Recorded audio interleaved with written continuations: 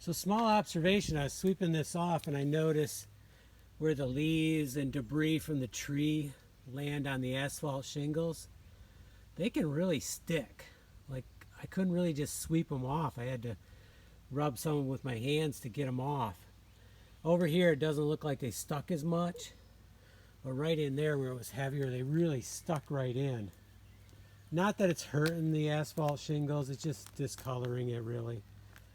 Compared to the aluminum, it does discolor. You know, it's white, so it easily will darken.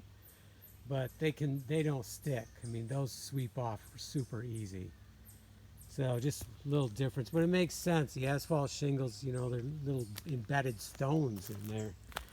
You know, so why wouldn't it be able to stick? I mean, it's a high surface area, super high surface area. So just a little difference. Okay, on to the next task.